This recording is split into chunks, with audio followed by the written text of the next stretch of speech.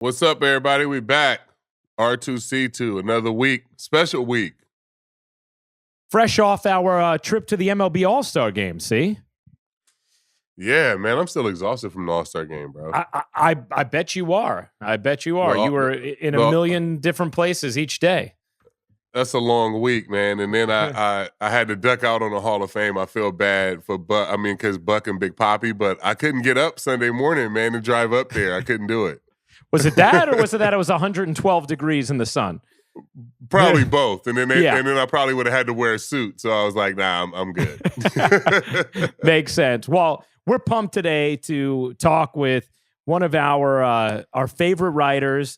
You know that this man is great at his job when he's someone who CC even wants to talk to, because let me tell you, that's not the case with every baseball writer. So just an incredible columnist with the New York Post, now has an awesome podcast called The Show with John Heyman, who's joined him at the New York Post. And now the New York Post sports is just so dominant. It's incredible. And you also see him on MLB Network. Not to mention, he has excellent taste in restaurants. I know this because both of our favorite places in the city is Mark Forgione. And that is Joel Sherman. Joel, thanks for being on R2C2, man. Thanks for having me. You know, I saw CC getting exhausted at the All-Star game. He was doing some executive standing at the draft. And it was like as if the Pope were at the draft. Everybody has to pass CC. They have to give their hello, everything. You know, it was like the portal to the draft was stopping in front of CC and paying respects. That sounds about right. The draft was pretty cool this year, though, Joe. Did you think or no? Yeah. So I think you and I talked about it that day, CC, which is I like everything they've done to try to juice it up. There's obviously, you know, you and I talked through the years, you know, you're obviously a big sports fan. I love the NBA in particular. We talk NBA, NFL, like the NBA and the NFL have gigantic advantages. We know all the players because their college games are on all the time. And we like college football and college basketball. College baseball is getting bigger, but not like that. And of course, those players go right into their main league. There's no riding the buses in small towns all over America. So to me, the last way to really juice up the draft is you got to be able to make trades. Like if that night there had been a rumor that, you know, the Mets were willing to trade the 11th and 14th pick plus 2 prospects for, you know, fill in the blank, Luis Castillo, Juan Soto, like people would have tuned into that draft, because I think the only way to get people to tune into the draft is you have to bring them into this pennant race with players they know. And then you trap them and say, let me tell you who Drew Jones is. You know, let me tell you who Jackson Holiday is. And now I've got a captive audience and I got a better chance. I don't think, CC, we have any chance at all if we don't trade draft picks there. Man, that's a great point. And this year's draft was star-studded, like you said, with Drew Jones and Jackson Holiday and Cam Collier. So many great stories, like legacy stories that we could have told. I mean, they're getting told, but it could have been on a bigger scale for sure if you bring in, you know, today's players and this pennant race, like you said. It's a great point. Joel, is there any talk to do something like that? Like, is that something that, you know, Major League Baseball has considered or the Players Union is open to?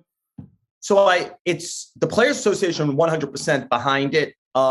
It comes up in every CBA negotiation, and essentially it gets shot down by Major League Baseball because I think they're afraid of themselves. They're afraid of what a powerful agent like Scott Boras could do if you give him more ways to potentially manipulate a draft. I think they're afraid of what the Yankees and Dodgers could do if you give them more ways to potentially manipulate a draft and get players to them. But to me, there's smart people all around. I'd be a little more afraid of Tampa Bay and Cleveland than I'd be of the Yankees or something about how they might figure it out, number one. And again, just, you know, CC knows this is such a aficionado on basketball, right? They made the Ted Stepien, and you, Ryan, your broadcast, made the Ted Stepien rule in the NBA, right? Where you can't trade number 1 draft pick 2 years in a row. You know, like with the Nets now, like if they want to, the Lakers, I'm sorry, they got to trade 2027 and 2029. You can't trade 2027 and 2020. So you could come up with all kinds of rules to prevent teams from manipulating things. The bigger thing to me is let's make the sport as interesting as possible within reason. And this is, let me show you how stupid this rule is. In the few days before the draft, the Braves and the Royals made a trade, right? And the Royals traded the 35th pick in the draft as part of that trade. And they did it because it was a compensation pick. You're allowed to trade a compensation pick. It's a 35th pick, but you can't trade. The Giants couldn't trade the 30th pick. So think about, like, if I went in that rule, if the draft didn't exist, and I said, let's start from the beginning, and I came up with a rule where you could trade the 35th pick, but you can't trade the 30th. Once you were done slapping me around and laughing me out of the room, you would bar me forever from talking to you. Like, those are the actual rules of the draft. And when it's that dumb, just apologize and fix it. Yeah, for sure. This is why I love reading you, Joel, because you have because I hold back a lot. Yeah, exactly. No, because you have such an excellent mind. Like, the people who I gravitate to in sports media are people who I read and I'm like, I didn't think of that, or that's an angle that, I haven't seen anywhere else. And I think it's such a credit to your work, because that's exactly how I feel every day where I read. Keep going on, Ryan. Yeah, exactly. It's funny. Your columns remind me of how I used to feel listening to Colin Cowherd when he was on ESPN Radio. Whereas, like, Colin he would just sometimes I didn't agree or whatever, but he would always come up with something that was different than what I was otherwise anticipating being talked about that day, just a different angle and well researched and well supported. So what you're saying, I could tell you've given a lot of thought to already, and it makes a lot of sense. And it sort of reminds me a little bit, Joel, and so I want to ask you about this. Something Cece and I have talked about a lot, just in the idea of, the number one priority being the interest in the sport and kind of building out from there, has been the way that free agency is handled. Because one of my and Cece's like big issues is that the way free agency is now, it's random trickles dripped over the period of multiple months. And so it's hard to stay engaged. And I liken it to if Netflix was releasing a show and they're like, okay, here's the next season of Ozark. When's it going to be released? Well, episode 1's going to be March 10th. And then episode 2 is going to be sometime 3.5 weeks later. And then episode 3, and you get the point. Is there any way that you could think of or have thought about in which MLB has a more concentrated free agency period so that too becomes a more sort of interesting period for the sport? It's interesting you went right to a meth show, Ryan. I think, I'm kind of playing the nice guy, but I think you just said something about yourself. That's right. I could have gone Breaking Bad and it would have been the same problem. So, Ryan, and I would wonder Cece's thoughts on it. I'm sure you've shared it on this before. I'm afraid of deadlines because for a free agent like how Cece was after 2008, I don't think it matters. He was such a good player. You're talking about the Hall of Fame before. I think you're going to have to wear a suit one day, CC. But I think for a free agent like him, or Aaron Judge this offseason, a deadline's not going to matter. Everyone's going to put out their best offer to beat the deadline. I'm concerned for the next level of players where a team could say, well, if we sign you, fine. If we don't, who cares? We'll do this or that. And the deadline will force lower salaries for the players. And I'm a little concerned about that. I think the more pertinent thing to do is maybe to make a trade deadline in the off season so that there's no other way to improve except for free agency. Tell team, you've got till November 15th to execute a trade, and you can't execute another trade until February 1st, like almost to the dawn of spring training, or even February 15th. And now the only way to improve your team, to show your ticket buyers, your fan base, your radio and TV partners, you're getting better, is you've got to go into free agency. I think that would start up. Would it make it like NBA and NFL where it feels like we wake up that morning and then like 5 minutes later, it's like free agency is over? No, but I think if it's the only way to improve, people will do that, right? Because we got a little glimpse of it at the end of the lockout this year where there was, hey, there's only this little time to improve. There's not that many avenues to do this. Go. And so I would love a free agent deadline because I think it would create what would be great for the sport and great for people like me who cover it. I just don't think it would be fair to the non-superstar player like CC was. Yeah, and I mean, I guess thinking about that, I mean, the NFL and the NBA, they have the minimum cap and they have the cap, so they have to spend that money. You know what I mean? Like they have to sign those players. Good point. In that time frame. Yeah. In baseball, those teams, the A's have a fucking $15 million payroll. You know what I'm saying? Like if they don't want to sign anybody, they don't have to. You know what I'm saying? So I guess that does make a little more sense where, we don't have that that floor where the teams have to spend, a certain amount on free agency. So I guess that's why we get, the concentrated, where we get so many guys signing, and the mid-level guys in the NBA. You see, some guy you never heard of getting a 4-year, $80 million deal. You know what I'm saying? But the teams have to spend that money. They have to hit a floor. They have to hit the floor. You did the most important thing here. You threw out the first fucking, so I could feel comfortable moving forward. It was coming. You already know. Brooklyn and me suddenly got liberated. And, I do think one of the missed opportunities in this recent CBA negotiation was to create a floor. And force especially the revenue share, the teams that get revenue sharing, to say, here's a minimum you must get to, and there's and I would put gigantic penalties. You lose your first round draft choice, and then if you really want to stimulate it, again in a smaller period, say you have to get to a floor by February 1st before spring training begins, and this way you have to do it in the offseason because. So much that's happened in baseball in, let's call the Moneyball era, is we've gotten smarter and the game has gotten worse. There's no doubt we have more information, but it has slowed the game down off the field. It has slowed the game down on the field as everyone is treating every pitch and every move like a war. And, if I go about mile north of me to Washington Square Park, I would rather watch speed chess than slow chess, right? Yeah, of course. And and I'm in my late 50s, right? My children certainly don't want to watch slow chess or slow baseball. They want to watch a quicker version of it. They want to be entertained in the offseason by boom, boom, let's go. What are you doing to improve your team?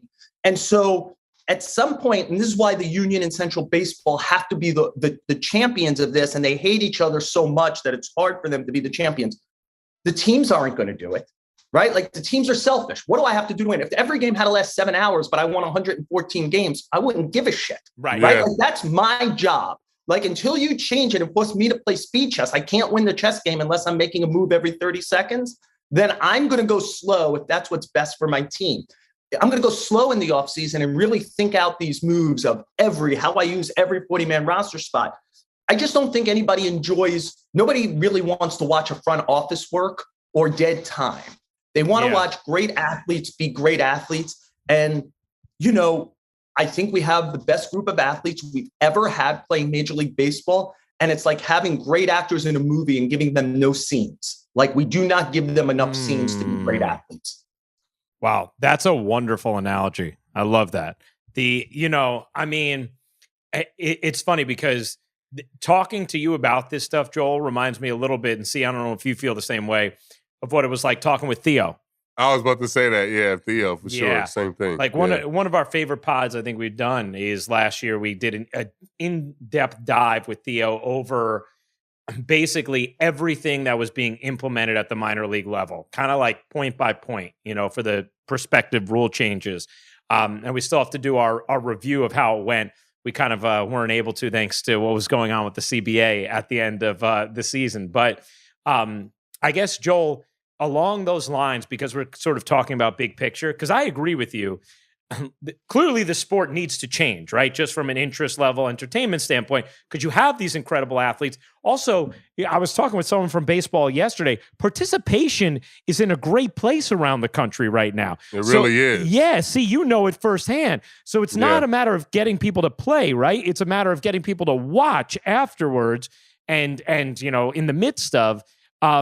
How much do you think the pitch clock next year, assuming it happens, plays a role into what you're talking about? So I could only know this anecdotally and emotionally from seeing the game. There's nothing, God bless Aroldis Chapman. He's been great at his job, but when he comes in the game, I die a little bit. But it's going to take a long time for him to deliver a pitch. If you're watching the Mets, Chris Bassett, it's like there's been land wars, fought quicker than Chris Bassett throwing a baseball. And I appreciate that that's how those go. Those are very successful major league pitchers, and I appreciate how they get there. But when people say baseball doesn't have a clock and that's what's beautiful about it, fuck that, right? First of all, there is a rule about when you need to deliver a ball. right? Yeah. And we could honor that. We haven't. We've let this creeping occur of the hitter stepping out, the pitcher taking too much time.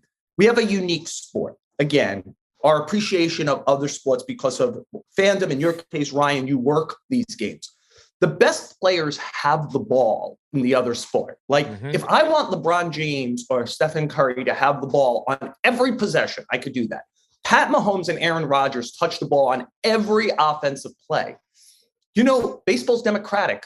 Mike Trout and Mookie Betts might bat once every 3 innings. I could decide to work around them. The pitcher, the defense has the ball to initiate action in our game. So since it's so different, if we do not stir the pitcher to initiate action quicker, we are going to stand around too long. And I think one of the things we get if we got them to throw quicker, one of the unintended consequences is, I think physiologically, sorry about that, they have shown if you do not take a lot of time between pitches, you can't throw max velocity over. Exact. There you go. Right. So to me, if I told you to throw a pitch every 15 to 18 seconds, you better learn some craft. You better learn how to control the ball. You better be back to movement, because we could talk about what happened to batting average with launch angle and everything. You could go on Baseball Savant. Here's the batting average at 93 miles an hour. Here's it at 94. Here's it at 95. It goes down. Yes. It's hard to hit a baseball that's coming fast. And of course, it sets up your other pitches. And so if we don't find a way to move faster and make the pitches come in slower, we're screwed. Yeah, that's my, I mean, the pitch clock is it's going to bring the art of pitching back. Like guys going to have to figure out how to throw the ball inside, how to move it around. You can't stand around, throw the ball max effort, walk around the mound, grab the rosin bag, gather yourself, throw the ball max effort. It's going to be, you're going to have to figure out how to pitch. And I think, you know, for me, I keep telling guys, I don't want to speed up your decision making. I want to speed up all the bullshit in between your decision making. You know what I'm saying? And for me, I don't think it's, and I've watched a couple of games with the pitch clock. I don't think it's going to be a pitcher's problem. I think pitchers want to get into a rhythm and want to move fast. It's going to be the hitters. It's going to be, you're going to tell Juan Soto he can't step out of the box and do whatever he wants to do when it's, I mean, you know what I'm saying? Like, it's going to be, I think it's going to be the it's established hitters in the big leagues that are going to have a problem with the 14 seconds more than it's going to be the pitchers figuring it out. So I just throw in this, is we're all watching Nestor Cortez pitch this year. I think one of his successes is he works. The hitters almost aren't ready for, he's throwing a pitch like every 8 to 10 seconds. The hitters are like, what the fuck is going on here? Right? Yeah. Like he is working at the pace he wants, which allows him, when he slows down, he's using it to his advantage. He's doing dance steps, changing his arm angle, changing his body, changing his timing. But mainly he's able to do that because he works quickly. So anything else looks different. Number two, I'm assuming I'm a little older than you guys. Again, because the defense starts with the ball, the only thing we can truly preview in a baseball game is Tom Seaver versus Steve Carlton. Yeah. Right? Bob Gibson versus Fergie Jenkins. Right? Like that's the only thing we know. I don't know. Like most days, Aaron Judge is going to play, but like we got load management. Maybe he's not going to play. Now, with the way it's set up, I look into the pitching schedule. Half of it is TBD. Certainly tomorrow is TBD. How can I sell the freaking game if I can't tell them who's pitching? In part because we're not letting pitchers become artists who could control the game. I want that to come back. There's going to be such a great advantage. Now, I'm wondering, again, as I'm watching the Yankees wobble a little here in July, I'm wondering if maybe these guys aren't trained in a certain way. But I thought one of the big success stories of the first 3 months was their starters were healthy. They only used 5 of them, and they essentially went 6, 7, or 8 innings. Yeah. Like you were able to say, hey, we're going to go see Luis Severino today. We're going to see Jordan Montgomery or Garrett Cole. Like we knew who the Yankees starting pitching was. For most teams, that's not what they are because guys aren't trained to do it. And we don't honor doing it at a high level. And I think the pitch clock will bring back, if you're going to go to craft where you're not throwing full force on every pitch, maybe you could give me that 7th inning. Maybe you could give me that 8th inning. Maybe you can go around the lineup for the 3rd time. Maybe you can go around the lineup for the 4th time. Maybe I don't have to burn out relievers and see the sad cases of guys like Chad, Green and Michael King, who are, just have a brick on a gas pedal all the time and are up and in all the time because my starting pitching isn't giving me what I need. So I want to go back to a time where who's doing CC's career-long job, which obviously he did so spectacularly. It matters. And I know who it is before I get to the freaking ballpark. Yeah. Yeah. I could not agree more with that, Joel. And it's interesting because doing games this year, baseball games during this season, I think maybe because I had a nice concentrated stretch of games, it gave me more of an appreciation than ever before for the way the game just goes to a screeching halt when you get into the pen. This is not a novel thought. We all know this. But for some reason, this year, it has really like hit me of how much more I enjoy the product when I'm seeing the rhythm of two starters throwing strikes, working quickly, versus when we get into the pen, regardless of who's coming out of the pen. Does not matter how effective or ineffective they are. And now you're getting into the pen in the third inning, cuz. You know what I'm saying? Exactly. Like, and now you got openers. And so now you got like the eighth inning guys starting the game. So the first inning's taking 45 minutes. You know what I'm saying? Because he's pitching it like it's the eighth, like it's the end of the game. Like it just makes it, it just makes it so hard to watch, man. Well, this falls into my category, guys, of smarter and worse. Yeah. The opener is smart. It's smart. Like the numbers show, like if I force you to see 4 different pitchers, you're going to have a tougher time as a hitter, especially if I tell each of those guys, go out there like grunting animals and throw as hard as you can for as long as you can. And then I'll bring in the next grunter to do the same thing. But I'll say this is we're talking the day after the first Subway Series game. There's a lot of reasons the Mets won and the Yankees lost. Taijuan Walker figured it out on the mound and got deep into a game after a brutal first inning. Jordan Montgomery had a brutal first inning and didn't figure it out. Like the starting pitcher in the game was a big factor for both teams yesterday. One figured it out, one didn't, because we know the longer you make the Met bullpen pitch, the better your chances to win. Walker's ability to essentially hand to Ottavino and Diaz and remove everybody else was a big deal in that game because it kept, every team, as good as you are, has defects. The Mets' defect that they're going to have to fix in the next week, one of them is they got to get an arm or probably 2 in the bullpen. Yeah, maybe 2. Yep. Taijuan Walker limited them to literally their best 2 relief pitchers. If they have to go to like another guy, I'm not sure the Yankees don't win the game. Yeah, that is 100% true. Yeah, and to your point about Edwin Diaz, like him, that Joey Gallo at bat, he sped him up with the fastball, but then he sped him up on the mound. Like Gallo was just lifting his bat up, and Diaz was lifting his leg up to pitch. But then he was throwing them sliders. Like so like pitchers to figure out a way to use the rhythm of the game, the crowd. That was a big moment to kind of speed you up and back you off at different times. So I think the clock, like back to our point about the clock, I think the clock will be good for pitchers. I think hitters are gonna have a little tough time figuring that out. CC, there's few things that worry me more about all of the sports industry than how gambling has come into it. But I'll say this, if I were allowed to gamble on baseball, which I am not, never have, never will, I would have bet Joey Gallo was going to strike out against him. That was the shortest strikeout in the history of our sport. Oh my gosh. I think that was one of those moves where everyone just kind of went, huh? Really? We're right? Like, he's trying to tie the game up, man. Yeah. Good luck. You know what I'm saying? If he bumps into one, I'll tell you why. I think if he had 1,000 years worth of at-bats, one of those at-bats would have tied the game, but not the one last night. No, exactly. I think at that moment of the at-bat, Diaz was striking 51% of the guys he's faced this year out, and Joey Gallo had struck out in 38% of his at-bats. And that's like, hello, it's 2 sides meeting, and that felt too obvious. I have some more big picture questions, but since we're here, Joel, and the trade deadline is coming up on Tuesday, and our audience, the trade deadline's coming up. No.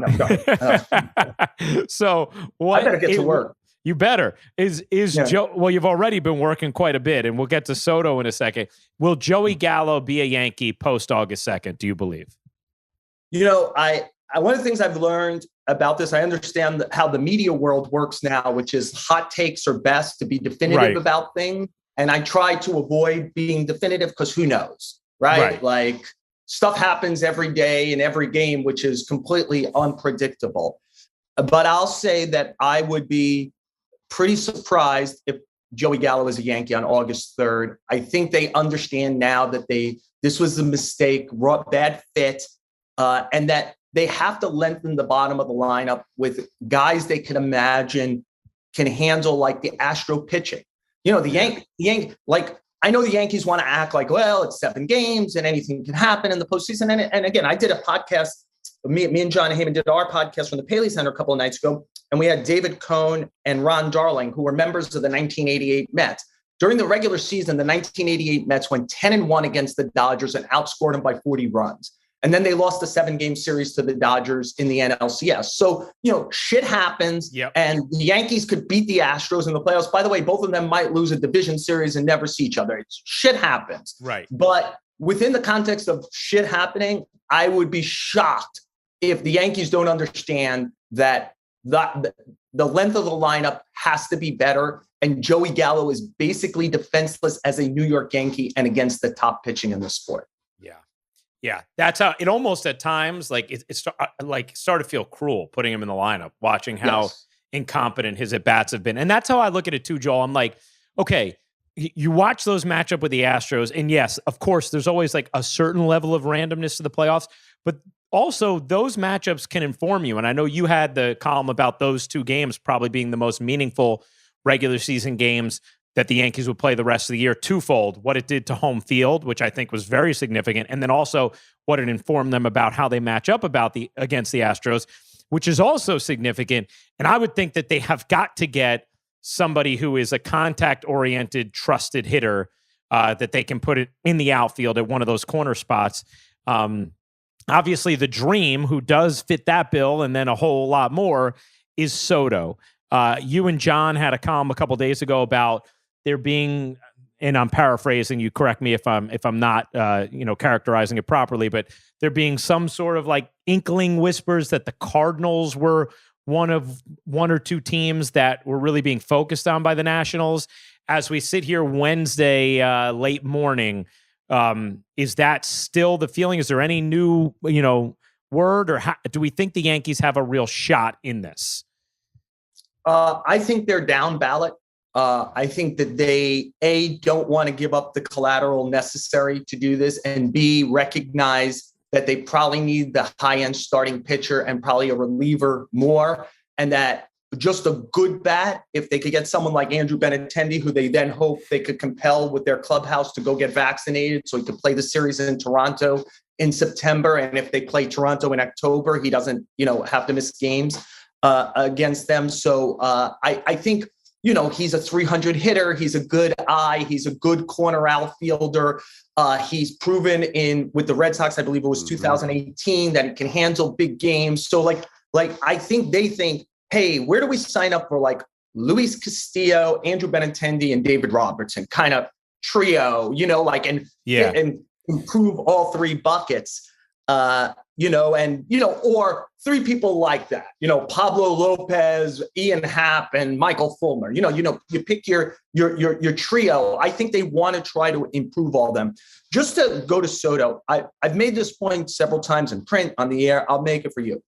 Mike Rizzo it's funny because this ties into what we were talking about at first, who runs front offices. Mike Rizzo is an anomaly now when it comes to front offices. He's a scout. He's a scout at heart. He's the general manager of the Nationals. And this is going to be about what he believes from his scouting core about the players. Last year, as we got to the close to the deadline, we were all sure San Diego was getting Scherzer and maybe Trey Turner also. I mean, there were people reporting it.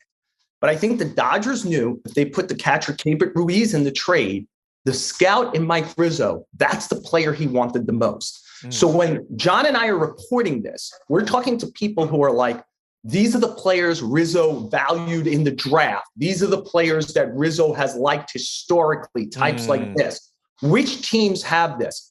The ones that have it the most are the Cardinals. The The Padres have players like this. The Mariners have players like this. And by the way, all of them should feel a level of desperation greater than the Yankee desperation. Yeah. Right? The Yeah, Padres have never won a absolutely. World Series. Seattle never won a World Series, hasn't been in the playoffs in 2 decades. The Cardinals are barely holding on to a wild card spot. They have 3 of the best position players in the sport playing every day. And so, I know we get myopic. We're in New York. The Yankees are wobbling. Yankees, as we sit here, have the best record in the major leagues. Yeah. Because again, shit happens. Should they have the best record in the major leagues? Well, the Dodgers just lost 2 straight to the worst team in the sport. If they didn't, that's Washington. They'd have it. The Astros just lost 2 in a row to the team with second worst record in the sport, Oakland. If they had won those games, they'd have the best record. I know Yankee fans want to start running around in the street and hitting themselves with razor blades. But the reality is, the Yankees, if I said to you on April 7th, the Yankees will have an 11.5 game lead a week before the trade deadline and be arcing towards about 105 wins, everyone goes, just give me the contract. Let me sign up for that. Sign me up for that. Yeah. And that's where they are. Having said that, I think they've showed enough wobble. And we all know, because we live here, Yankee years are marked differently. CeCe was part of the last champion in 2009. That feels like it happened in the 1800s in New York. Yeah, right. Absolutely. So they have some pressure to go out and I think expend a lot of prospect collateral and get big stuff done that impacts their team. That makes a lot of sense. I mean, I think the one thing that this current stumble has helped with too, Joel, is clearly identify what they need. If they had been pitching the way they were in, May and June, maybe you don't feel like you need a starter so desperately, right? Whereas at this moment in time, I think it's very clear they don't just need a starter. They need someone they could put in game 2 after Cole. Yeah. I mean, can I do this? It's your podcast. Yeah. I would ask CeCe because he was around and CeCe certainly punted if you feel put on the spot. But you were there when David Robertson left last time, and he did not leave under great circumstances. There was questions about shares for the playoffs and stuff. Now look, I assume if Garrett Cole and Josh Donaldson could fake kumbaya, we'll all fake kumbaya for the good of the team, right? Do you think he could come back into the clubhouse and everything will be fine? Like the leadership fabric of Judge, et cetera, DJ LeMahieu, that it will be an easy path? Or was it a tough enough exit that a re-entry would be a problem? No, I think it was fine. I completely forgot about that, to be honest, until you just said that. And I think most of the team may not even be there. I mean, the core, maybe Judge and a couple of guys, but no, I mean, and for me, it's weird. It's not, once you're a Yankee, you're always a Yankee. No matter how you exited or whatever, it's always easier to come back. So I think it'd be a perfect fit, to be honest. I had been so focused on Michael Fulmer, I didn't even think about D-Rob, but I mean, always getting a guy back that's done it in the Bronx is it's just, it makes you feel better when that guy comes back because he can handle the pressure of pitching in New York. When you say you're concentrating on Michael Fulmer, sorry, I've become a reporter. No, this is great. He was the only reliever I had just thought about. I was just been thinking about we need to get Michael Fulmer. So I'll let you in on something. There's a lot of times where people think that I get told things by the front office, and people be shocked how little this Yankee front office actually helps reporters. and I end up figuring things out because Brian Cashman's been the general manager for over 2 decades. He drops breadcrumbs of the kind, I was talking about Mike Rizzo. Well, there's kinds of players that this organization likes. And it's clear that in the bullpen, what they favor is a guy with a elite dominant pitch, right? Clay Holmes sinker, the breaking ball of King, that kind of stuff. Change up of Wandy Peralta. Fulmer's slider is a dominant pitch. Yeah. And it's one of the reasons. David Robertson's curveball is a dominant pitch. And so when I think about who might the Yankees get, when I hear somebody say, oh, this reliever with a 1.75 ERA, I'm like, no, he doesn't have a dominant pitch. They're not going to. I remember a couple of years ago, people were talking about Matt Boyd from Detroit. And I was like, okay, good luck with that. Matt Boyd's the left-hand fly ball pitcher who doesn't strike out enough guys. Give me the guy in Yankees last 20 years that Brian Cashman acquired that fits that profile. Doesn't mean he won't be the first, but they are dropping breadcrumbs, what they like all the time. And it's important if you're a reporter to be paying attention about those breadcrumbs. And I just remember like a couple of years ago, I remember like Fulmer had the elbow problems, but I remember like his name being around a couple of trades when I was still playing. So I had just always kept my eye on him, and I know he was available this year. So I knew, like you said, that was a guy that they had been eyeing.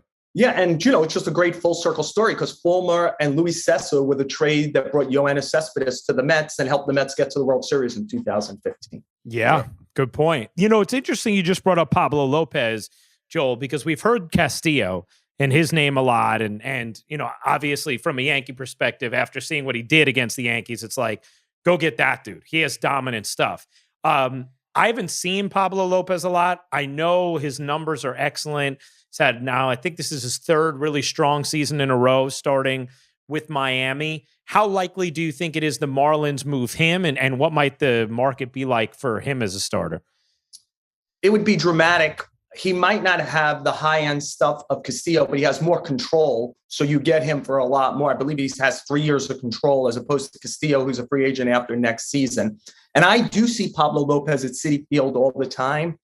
And I never like to, I certainly don't want to do it in a podcast with CC Sabathia, who probably forgot more about pitching, eating breakfast this morning than I've known in my whole life. But when you watch Pablo Lopez, what comes off and resonates when I'm watching him is he knows what he's doing.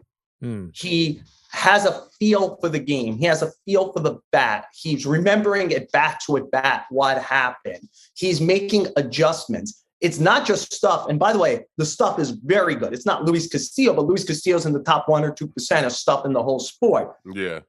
Pablo Lopez is probably one grade below that. But Pablo Lopez knows how to sequence, knows how to change speeds. It feels like the stuff we were talking about earlier in the show. I love to watch Cortez. I love to watch guys who turn it into ballet, who turn it into art, who aren't just out there grunting and turning around and seeing if they hit 100 miles per hour or not on the gun.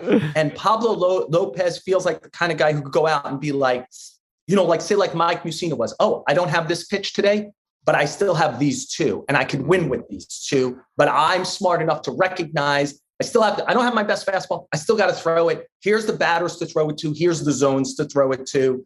And they're just smart. Pablo Lopez, really smart starting pitcher. Did you guys see Bautista? Or have you seen Bautista yet for the Orioles pen?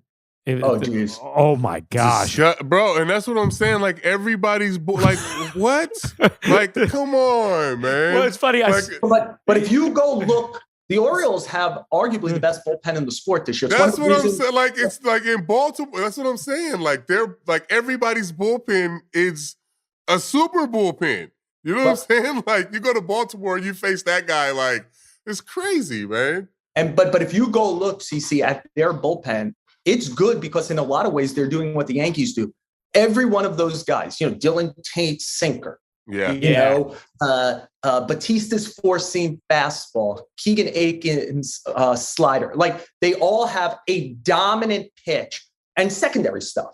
And we've just learned with the analytic stuff, CC, I'm sure when you came up, it's like, you got to throw these pitches to set up your slider. Nobody sets anything up anymore. That guy can't hit a slider. Throw him 3 fucking sliders. Just throw him over and over and over. Yeah. And like, the guy comes in, look, Clay Holmes is I hate to put him in the same sentence as Rivera, but everybody knows what pitch is coming. Right. It's a dominant pitch, and nobody could really hit it. And I think when you see, if you have a dominant pitch, I would, it's like anything else. It's like, if Tom Brady figures out you can't cover somebody on, one of his wide receivers, he's not playing democracy. Well, I got to throw to these two guys. He's going to humiliate you until you double cover or triple cover him. Then he'll do something else. And I think pitching has become like that, which is you can't, especially out of the bullpen where you're getting one look at that dominant pitch. You can't hit this pitch.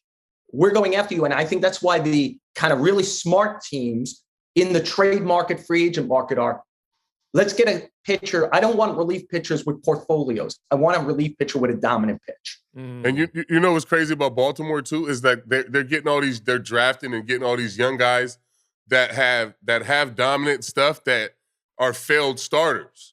So they're not drafting relievers, or they're not looking for relievers. They're getting guys that are starters and then turn them into relievers. So they all have secondary pitches along with the good fastball. You know what I mean? So it's easier to go from a failed, like Mo. You can go from a failed starter, go to the bullpen, and go out there and throw 2 pitches as hard as you can for 1 inning. Like that's a much easier thing to do than to try to go out and just look for relievers. You know what I mean? Like I'm sure he tried to burn every one of these films, but I actually have seen Zach Britton start baseball games. Exactly. Yeah, exactly. That's funny. It was not good. No, it was not. Joel, could the Red Sox be sellers? So the answer is yes. I would assume in a very, very strong way, the general manager, Chaim Bloom, wants to sell. Absolutely. And the question then becomes, does ownership, with a fan base that's upset already? The Red Sox have the most fascinating last 20 years. They're the greatest roller coaster in the world. Yeah. Like I would rather have their last 20 years than the Yankees, because championships are forever and they have 4 of them. And I would do 4 championships and 16 last place seasons, because just championships are everything to me. Yeah. And they've got them. But, the Yankees have had brilliant consistency. The Yankees don't ever play a meaningless game. They almost always play in the postseason. The Red Sox, they might finish last again. That'll be like the 5th or 6th time in this century they finish last with all their resources.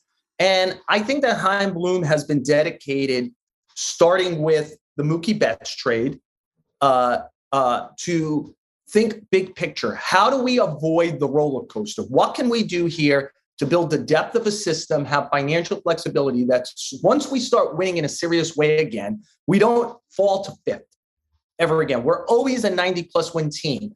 Right now we have 2 and probably 3 teams that you could pretty consistently bank they're going to win 90 games. Yankees, Dodgers, Astros. Yep. They've now proven over time, especially the Yankees and Dodgers, and now the Astros over the last 7 or 8 years, that when the season starts, whatever they're thrown, they'll figure it out. They're smart organizations. They have real resources. They have front offices that know how to fix as the season progresses. So there's that. There's almost no reason why the Red Sox shouldn't be in it. By the way, this is the model that Steve Cohen's trying to create with the Mets. Like, we have all these resources. Let's have the best of everything. The Mets are an amazing team. They've been around since 1962. They've never made the playoffs 3 straight years. They've never finished first place back-to-back years. And again, New York, the size of their fan, whatever you think of the Yankee fan base, it's bigger, but like the Mets fan base, bigger than pretty much everybody but 2 other teams. This should be a juggernaut. I think Steve Cohen knows that and wants to create it. But I'm kind of jumping away. And I think the Red Sox, the question is, within the context of the rebuild, does somebody in ownership have to say, Xander Bogaerts is our guy, Rafael Devers is our guy, whatever else we're doing, let's sign these guys long-term. We want people to watch the game on NESN. We don't want our fans to hate our guts. Or do they make the very tough decision? The way to quicken this up is, let's go get 8 prospects for those guys, plus something else. I don't think Devers will go in this marketplace, but Bogaerts could opt out afterwards. Plus get whatever we can for JD Martinez, Nathan Eovaldi, Enrique Hernandez. And we'll just have more. It's not a rebuild. We'll just have more options at the end of the when this season ends, to go out and spend money. Or now we have better prospects. Let's go trade. When Juan Soto comes up again, we're totally in play for it. I think it's a hard decision for them, and made harder by a fan base, even with those 4 championships. That feels like yesterday up there, right? We've all traveled up there. They don't give a shit about those championships. Right. If I'm them, I'm trading everybody except Devers. I mean, I love Xander, and he's a huge part of what they got going on. And I would try to do something like what we did with Chappie, try to trade him for some prospects, and then maybe sign him back next year.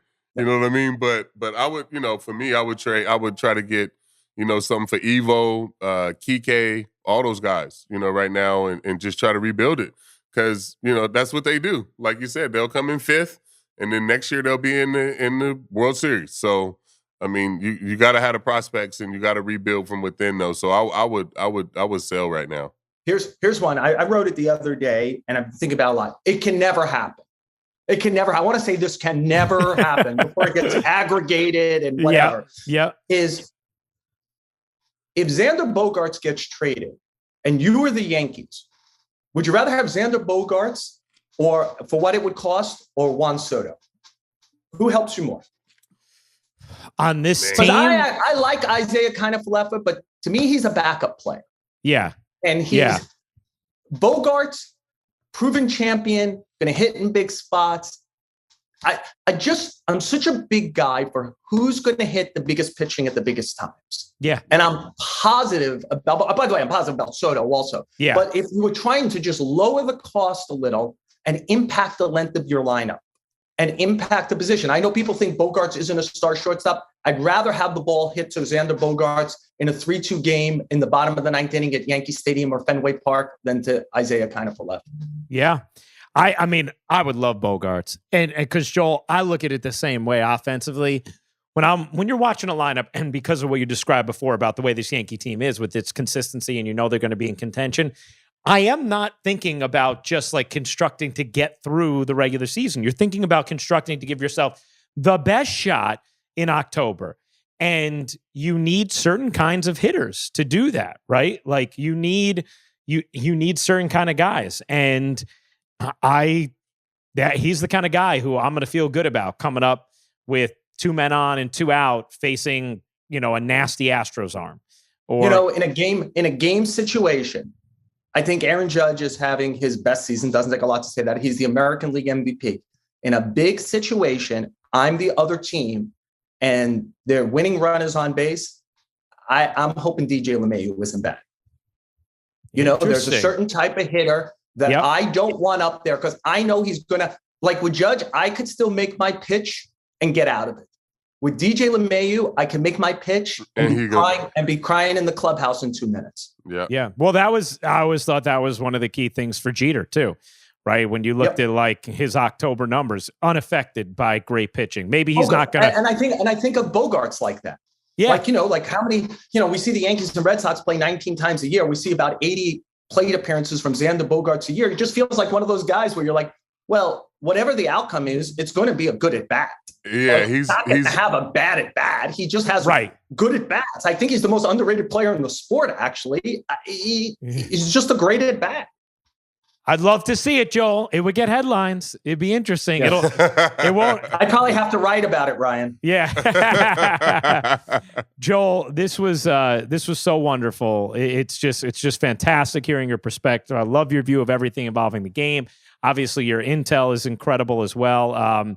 And good luck sleeping over the next week. I'm sure it's going to be super intense, but we appreciate you carving out time for us, man.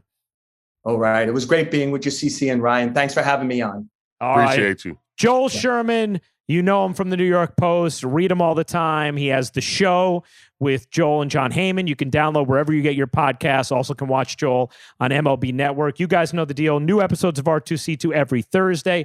Bonus episodes as well. Make sure you're subscribed to our YouTube page and subscribe to our podcast or download wherever you get your pods. We'll see you next week. Peace, everybody. Peace.